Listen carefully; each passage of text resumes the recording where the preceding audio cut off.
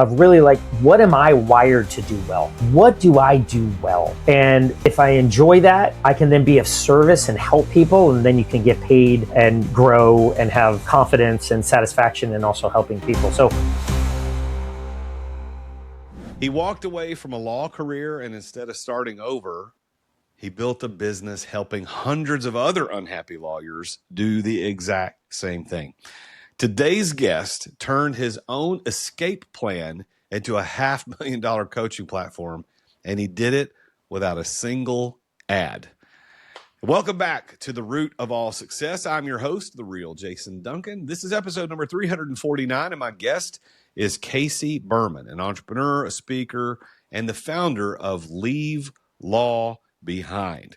Casey is a former attorney who left legal practice over 2 decades ago, and he eventually built a nationally recognized coaching platform that helps unhappy lawyers transition into careers that they actually love.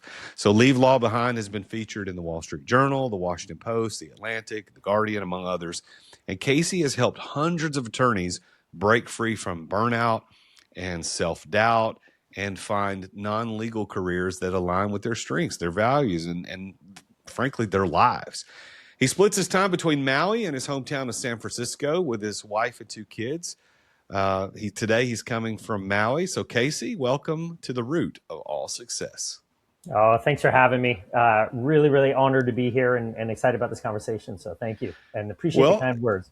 Yeah, well, I'm glad you're here. This is going to be a great conversation because as we were talking pre-show, while you work with lawyers who are burnt out and don't think this is the right thing, and they're dealing with doubts about things, I work with just general entrepreneurs about the same thing. And of course, I have a couple of lawyers. I think I told you in our mastermind, but you are specifically helping lawyers leave law, which sounds, I guess, on the surface would sound pretty simple until you realize how deeply the legal profession is tied with the person's identity. So why do you believe it makes it so hard for an attorney to admit that they want out? Yeah, it's a great question, and I want to make this conversation as actionable as possible. So this can help people who are attorneys want to leave the law. This can help people who in your audience who aren't attorneys but still want to leave their job. But also, I really hope there's a lot of nuggets here for people who are entrepreneurs starting businesses that I really want to get into. So I want to keep that in mind. But really, it's what makes it so difficult is there's fears, there's blockers, there's obstacles, there's doubts, all of that, which everybody has, particularly with lawyers and also a lot of professionals and ambitious people in type A. I was just got off the phone with someone who is not very happy in her job, but a number of what we call the usual suspects have come up, which is when will I get the return on investment? I put all this time into law school. I put all this time into student loans. When will I want to get my ROI before I leave the law. What will my parents think? How will I do a non-law resume? How will I do all of this? And so there's a lot of fears and blockers that prevent lawyers from leaving law. Some of them you'll see in other people who across kind of all audiences, but many of them are particular to kind of these really high striving people like lawyers. And what we do is really help them overcome those blockers and fears intellectually and also viscerally. But that's really the first step, is getting those fears and blockers out on paper so they can kind of see them and we work through them. And then you yourself, you left law back around, I think, 04, my research, if I'm remembering that correctly. So take us back to that moment about that decision and what was going on in your life and your career that made you say, man, I'm done with this. I don't want to do this law thing anymore. Yeah, well, I'm 52. I'm an 80s kid. I went to Cal Berkeley. I'm a California kid. Went to Berkeley and go Bears. And then I went to law school in San Francisco, UC Law, San Francisco right now. And, I just didn't, throughout those years in the 90s, I just didn't think critically about it, right? Like I didn't like blood, so I'm not going to be a doctor. I'm not a math guy. I won't go engineering. It was all just, well, I guess I'll go to law school. And my friends did it too. My parents were cool with it. And my parents were great, very supportive, but they were like, yeah, this sounds great, right? Our kid wants to be a lawyer. Beautiful. So I just really didn't think critically about it. And nor did a lot of attorneys really think about, is this what I want to do? And then you get smacked with the real life of being a lawyer. And it doesn't look like LA Law or CSI or all these other law shows out there. It's a lot different. And what it really comes down to for lawyers, and I think for a lot of people who are unhappy in their careers, it's the work. They could go to a small firm, they can go in-house, they can change, whatever, try a different law practice, but they don't like the work. And so when it really hits them, oh my God, this is the work I don't want to do. What we then do is help them understand their skills are transferable and they can move into another line with different work, different stakeholders, things like that. But that was really for me. I just didn't think critically about it. Yeah. Well, it is a lot of work. I mean, I think non-lawyers look at what they see on television and think, okay, well, they're just showing up to court and they have some suave way of convincing these 12 strangers that their client is innocent, that the other person is guilty. But they don't. I don't think I don't think it gets too deep into the endless research and reading the case file, the precedent and all that kind of stuff. It's probably a terrible example of reality, but the TV show Suits, which Yeah. which I thought was, I love that show, but I don't know how much of that was real, but it did show at least some parts of how hard the legal profession actually is. It's really, really difficult. And I want to first I'll say so that lawyers don't get totally mad at me. If you enjoy law, if it aligns with you, please, the world needs good attorneys. Please stay in law, keep doing it. I say it all the time. I'm not here to bash the industry at all. If you enjoy it, you love it, your clients need you, please stay in law. But if you're a lawyer or really anybody who's just not aligned with it, they're just not aligned with the work, not aligned with the industry, look for something else. Ask for help. Look for something else. But the work itself is adversarial. It's obviously litigation is litigious. There's a lot of fighting. Sometimes they're glorified paper pushers. You've got clients that don't really care about it. Hey, I need this yesterday. You're working weekends, you're missing vacations. I could go on and on and on. Besides like frontline, nurses, our soldiers, policemen, EMT, besides those real frontline workers, when it comes to a professional job, lawyers are the ones that have almost as equal amount of stress, just due to the anxiety, the perfectionism that's needed. It takes a real wear and tear on their bodies and their minds. Yeah. So after leaving law yourself, you went into consulting and operations. You even ran a family investment bank and a fashion company. So how did those experiences shape what eventually became Leave Law Behind? Yeah. So I don't want to bore everyone with my life story, but I practiced for about 5 years, San Francisco technology, 2000.com, dogs in the office, gummy bears in the kitchen, all of that. I had the job most lawyers wanted, but for me, it was still very reactive. I just wasn't really being able to create, be proactive. And so I left. Everyone thought I was crazy. This was back in 2004. It was right before I was getting married. And so what happened is my career services office, as I was doing consulting in kind of 05, 06, 07, understanding my unique genius, kind of just trying to make some money, looking, consulting, doing things. The career services office at my law school, when they had some kids, first years or second years, who didn't want to be a lawyer, they're like, I don't want to go into a firm. They didn't know what to do with them. So they would send them downtown. Hey, get on the subway, meet Casey downtown, have a cup of coffee. He's an alum. He left the law. So I would have a few coffees with these students. I'm just a graduate a few years before them. And then it hit me. They were asking me about my story, my life. So back then I got a blogger account. I started blogging. I just kind of, it's still online, my old blogs. I'm kind of embarrassed by them, but I just started writing about my path. It was like a private journal that I started just put online, and Google picked it up and people started finding me. Hey, you want to coach? I didn't even know what coaching was in 09, 10, 11, 12. Like, coach, what are you talking about? Like 49ers coach, football coach, what do you, career coach. But then I just started doing a lot of writing for this website Above the Law.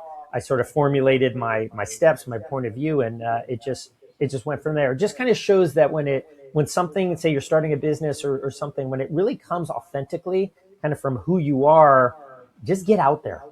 Don't be afraid if it doesn't look good, or don't wait for perfectionism. But the world kind of found me. So when you were meeting with these students who were unhappy with it, when did you realize that this wasn't just doing somebody a favor? This could actually be a business. Yeah, that's a great question. I met with someone in about 2007, and then in 2009, they sent me an email.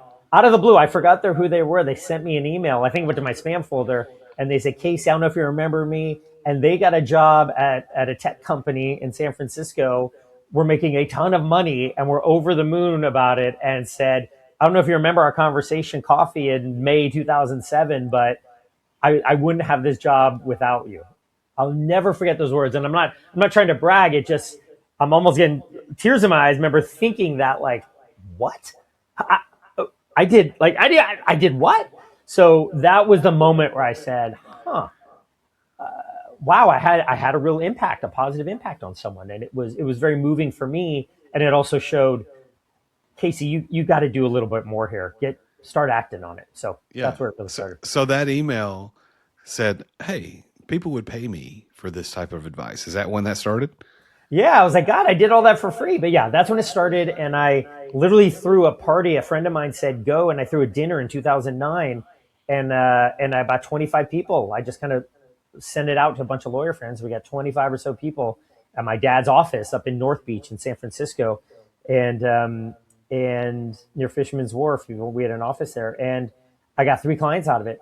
Out of those 25, 3 people signed up. I charged $750 for 3 meetings. And one of them, Gabe Rothman, is one of my go-to. I helped him leave the law and move into technology, and I was a rising star in the San Francisco tech space. He's already a star; he's not rising, but so yeah, that's where it went from there. I just kind of started moving forward, and I didn't know what I was doing, but I just started getting out there. And so that was in what, 2010? 2009, yeah, fall of 2009. All right, so 2009. So then you took that idea, leave law behind, you started the business, and you scaled that to $500,000 in revenue without any heavy advertising. Mostly through, as you said, blogging, free resources, word of mouth. But so in a world that's obsessed with paid ads and funnels, how were you able to work that so organically well? So I tried Google Ads in 2012, 2013, and I had hired someone on Upwork, really great guy out of New York. He did it well, created, and it just didn't give me the results that I was getting from SEO and I didn't even do formal SEO in 11, 12, 13. I was just writing my blog. I was just getting it all out there. We did formal SEO in 2019. We actually kind of formalized it and got a lot of traffic that way, which is changing now with the AI synopsis, which I can get into later. But I was just writing content regularly back in 2010, 11, 12, 13, 14, 15. And then you have word of mouth. And then I got picked up by people wanting to talk to me from the newspaper articles. So obviously that was all pretty much pre-social. But it was really about that. And then you just realize there's a real need. I mean, these people are miserable. Yeah. And so what does the coaching model actually look like? If a burned out attorney reaches out, they walk through the door, what's the first thing you help them see about themselves? Yeah, and I'll give it away. Like, I give everything away. So here it is. I'll take you through the steps. Take notes if you want, if you're an unhappy attorney or if you're someone who's just unhappy in their job. But there's 3 main steps to leaving the law. 1, understand your fears and blockers. Get them out on paper. We want to overcome them fully, or if that's too much, let's just mitigate them. Let's just reduce them so you can at least move forward. Because some people are absolutely paralyzed. I will not leave the law, or I will not leave my job until X happens.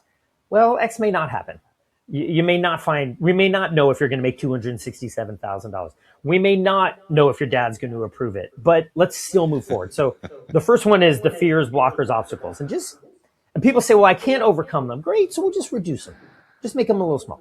The second one is your unique genius, your skills and strengths. And this is the part I love it, is just, what are you good at? I mean, I really am about, success. That's what your podcast is about, is really, for me, is when you're doing something that you're really good at and can be of service. But I'm a sports fan, so if you think of a scouting report for athletes out there, but we have 3 questions. Are you ready? Ask people to compliment you. What are you good at? What advice do they come to you for besides legal advice? And what have you done, or what do you do for free? You collect all of the traits that people give you. We help you organize them, or organize them yourself. There are jobs looking for those traits. That's your transferable skills. But really, it's about your skills leading to the job, not the other way around, right? Like, I just want to get a job for security. And then, Jason, 10 more seconds. I know I'm talking along here. The third one is, then the third step is getting out there.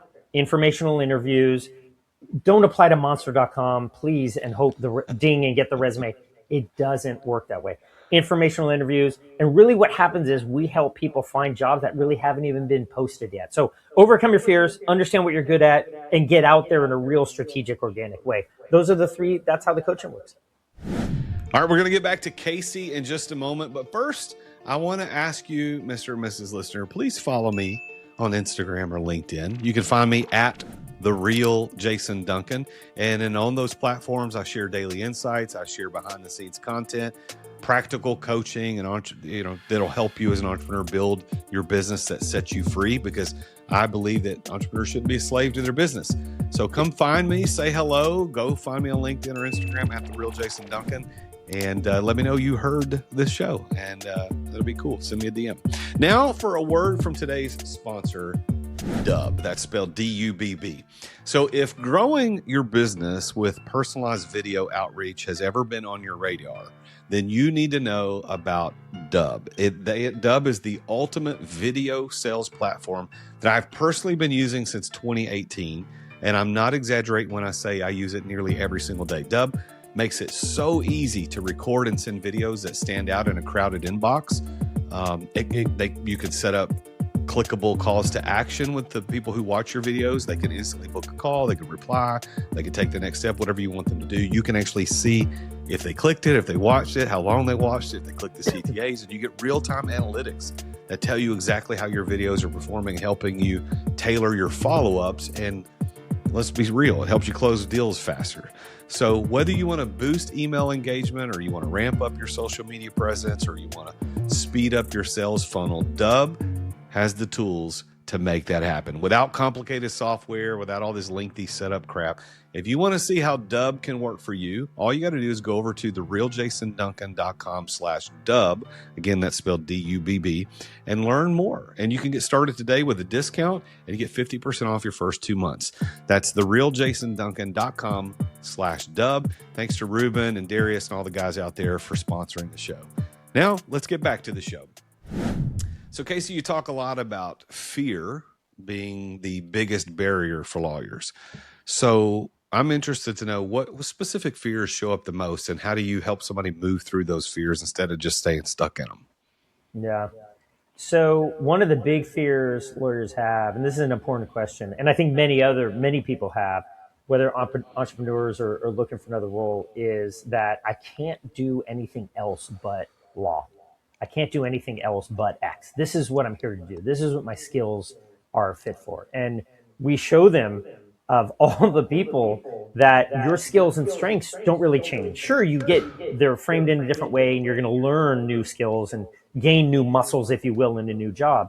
But when you think about it, what a lawyer does: analyze, be the adult in the room, put out fires, be air traffic controller, do great research in detail, also tell a story, persuade people. I could go on and on. There's hundreds of skills that lawyers have.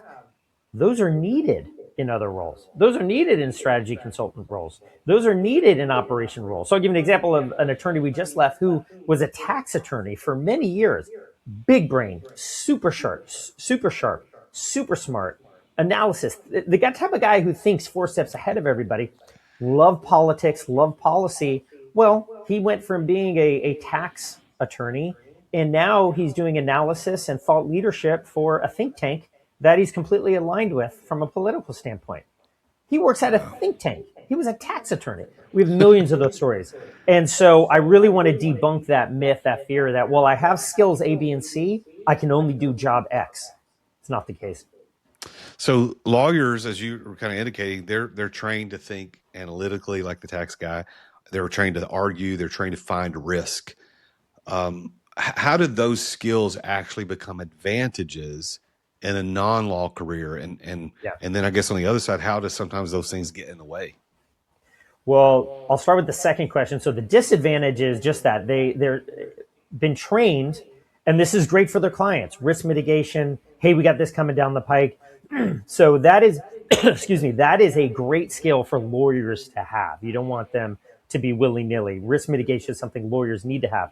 But when it comes to this same skill that is so great as a lawyer, when it comes to their own career development, it completely gets in the way.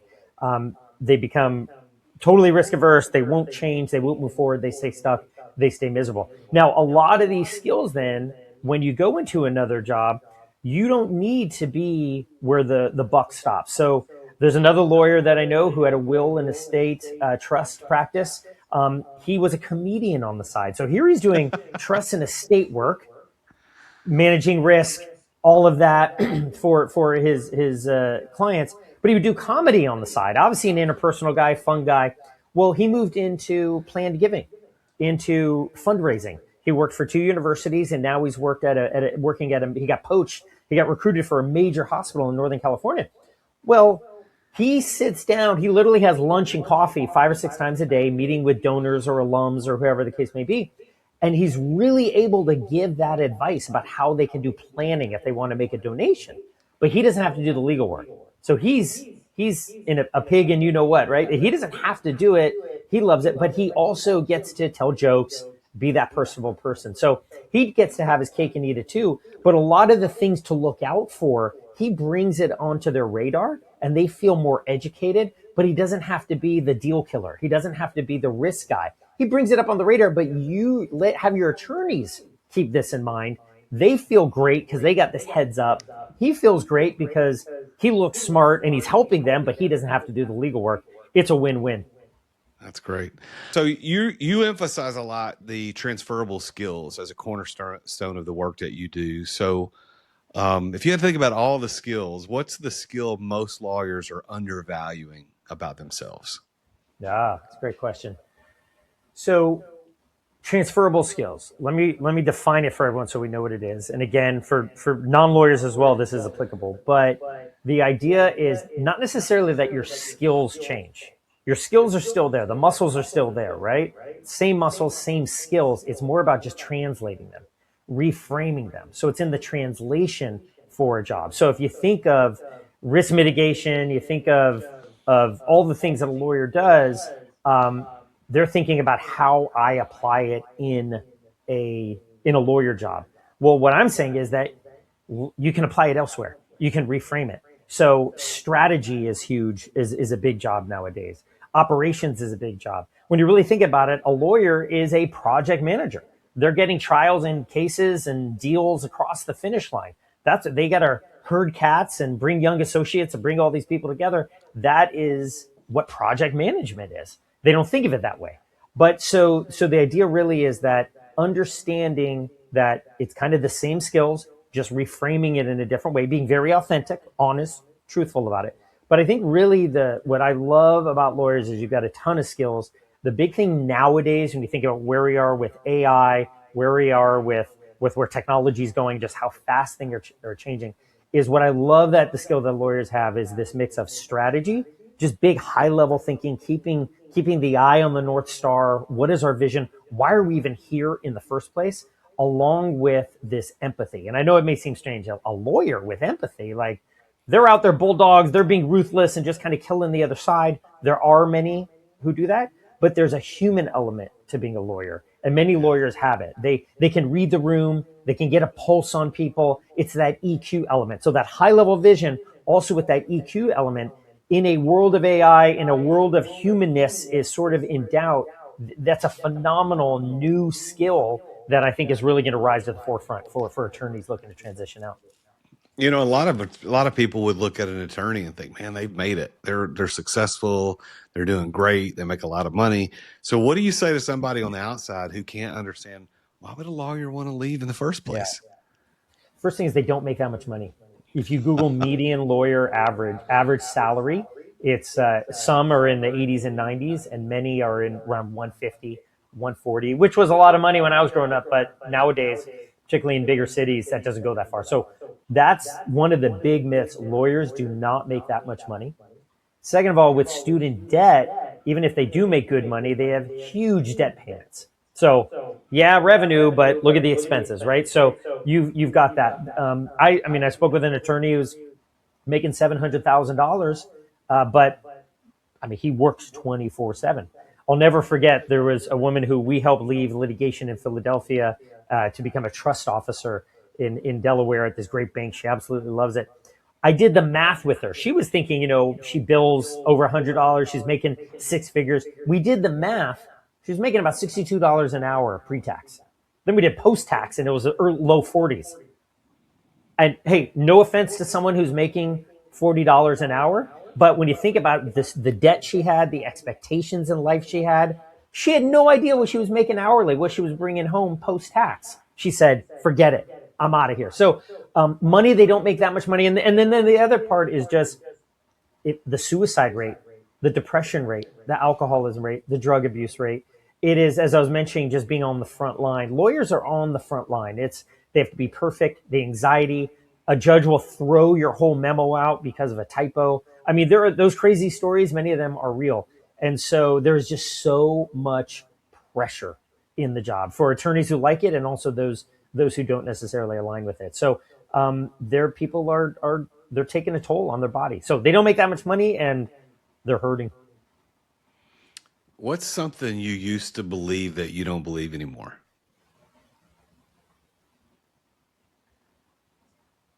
I used to believe that everything that happened was a coincidence. I used to believe, and not to get, I don't want to get too woo-woo or anything like that, but I used to believe that if something happened, it was just a coincidence. And now I think in life, I've had kids, I'm older, I find more meaning in things. You can find meaning in anything, but I think it's finding more meaning in the day to day, and whether it's meaning that other sources bring to me, or meaning I create when I see something.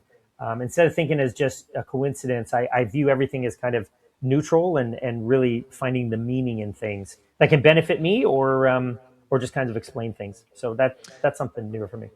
Interesting. If you look back at how you've succeeded in this coaching business, and perhaps even as you succeeded in the law business before that, what has been the one key that has unlocked success for you more than anything else? And I was a pretty good attorney. It didn't align with me, but I was a pretty good attorney, and I saw my path as being kind of general counsel in Silicon Valley and where I could go. But the reason I left, and to answer your question, was what really helps unlock is this idea of sort of self-awareness. And I don't mean it in a woo-woo way. I mean it kind of going to the unique genius element of really, like, what am I wired to do well? What do I do well?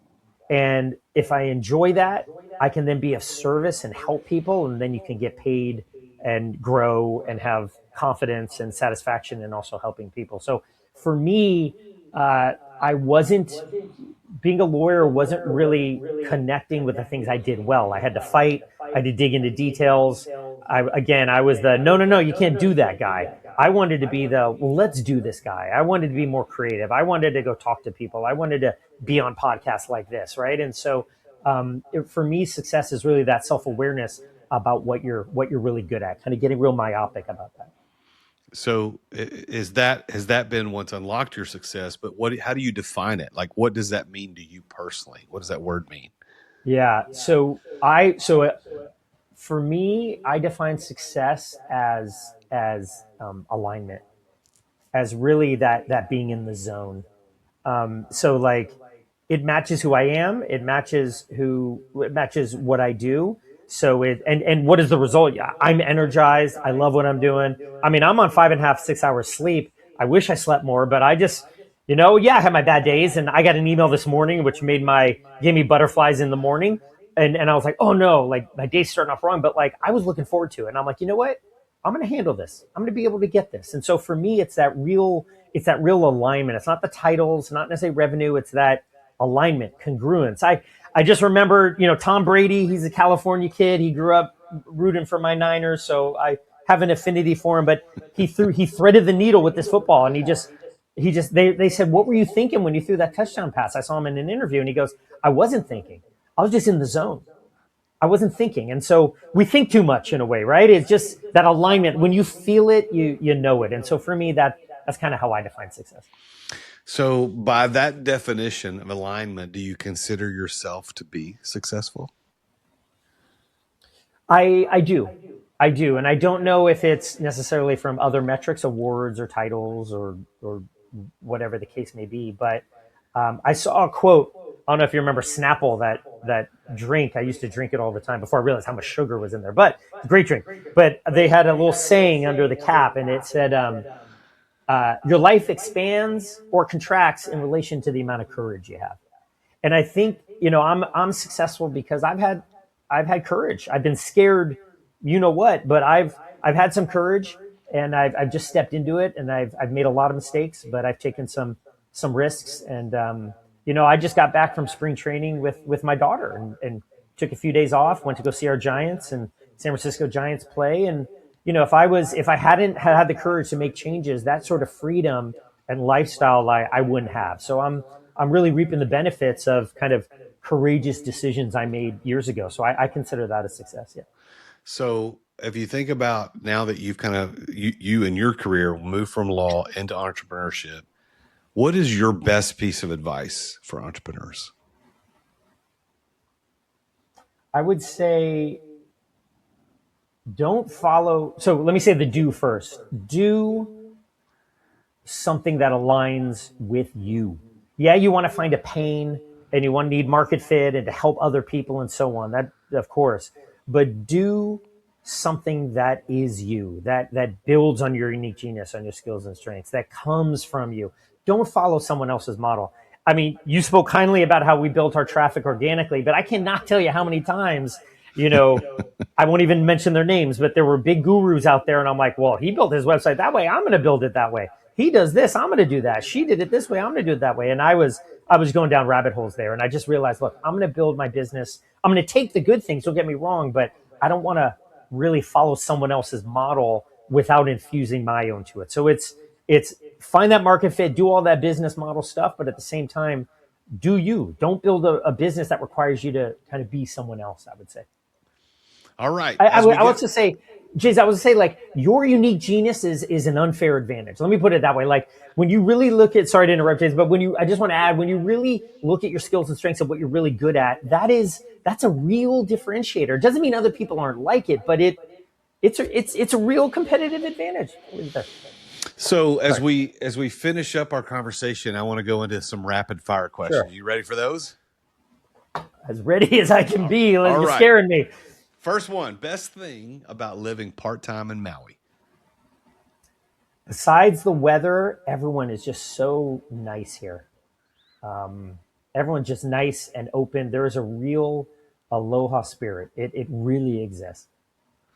So the second question, one book that you recommend to every lawyer who is thinking about leaving law? So some people may laugh at me, and it wasn't the best well-written book, but I got to say, a million years ago, I read Rich Dad, Poor Dad. And the distinction between being an employee after tax dollars, right? That just blew my mind. And my father had his own firm, and he was entrepreneurial and worked on his own. And I was a great employee. I climbing the corporate ladder. I was a people pleaser. I could do it all. I'd be great at a company. But I just had this inkling of entrepreneurism and getting out there that I couldn't, I stifled it. Don't get me wrong.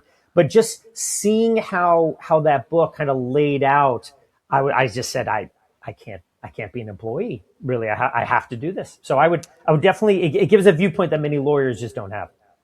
I agree. Great book. Everybody should read it. All right. Last one.